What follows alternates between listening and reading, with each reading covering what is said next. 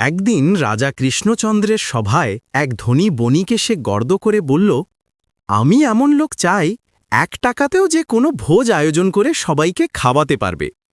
রাজা হেসে বললেন, এ তো অসম্ভব কথা, 1 টাকায় ভোজ হবে কি করে? তখন গোপাল শান্তভাবে বলল, মহারাজ, অনুমতি দিলে আমি প্রমাণ করে দেখাই। রাজা খুশি হয়ে বললেন, ঠিক আছে, কালকেই 1 টাকায় ভোজের আয়োজন করো। পরদিন সকালে গোপাল বাজারে গিয়ে 1 টাকায় একটা লাল লঙ্কা কিনল। তারপর দাওয়াতে সবাইকে ডাকল। রাজা, মন্ত্রী, বণিক সবাই হাজির। সোনার থালায় সেই একটা লঙ্কা রেখে গোপাল ঘোষণা করল, এই যে ভোজ। সবাই অবাক হয়ে বলল, একটা লঙ্কাই ভোজ?